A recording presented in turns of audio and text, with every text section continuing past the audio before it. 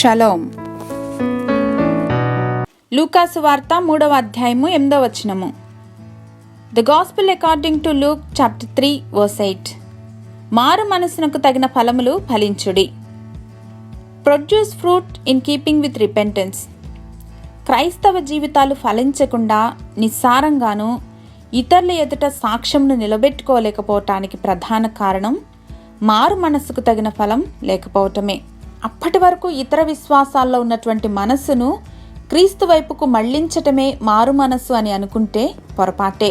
ప్రభువా ప్రభువా అని నన్ను పిలుచు ప్రతివాడును పరలోక రాజ్యంలో ప్రవేశింపడు, కానీ పరలోకమందున్న నా తండ్రి చిత్తము ప్రకారము చేయువాడే ప్రవేశించును అని యేసయ్య జ్ఞాపకం చేస్తున్నారు. మరి తండ్రి చిత్తం ఏమిటి? అది ఎలా తెలుస్తుంది? ఒక వ్యక్తిని ఫిజికల్గా ఫాలో అయితే తన వెనుక అడుగులో అడుగు వేస్తాం. దానికి ఎలాంటి బుద్ధి కానీ లేదా తెలివితేటలు కానీ అవసరం లేదు. ఎప్పుడైతే ఆ మనిషి హృదయాన్ని చేరగలిగి వారి యొక్క ఆలోచనలు గ్రహిస్తామో అప్పుడే మన నడవడిని మార్చుకోవటానికి, వారికి అనుగుణంగా మనము నడుచుకోవటానికి ప్రయత్నిస్తాం. దీనికి మాత్రం మన ప్రయత్నం చాలా అవసరం.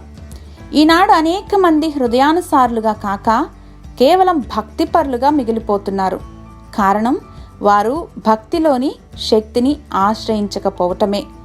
న్యాయంగా నడుచుకోవటం, కనికరమును ప్రేమించటం, దీన మనస్సు కలిగి నీ దేవుని ఎదుట ప్రవర్తించటానికి పరిశుద్ధాత్మని ప్రేరేపణ, నడిపింపు ఎంతో అవసరం.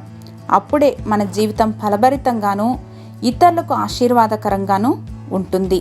ఫలించాలంటే క్రీస్తులో అంటకట్టబడి ఉండాలి.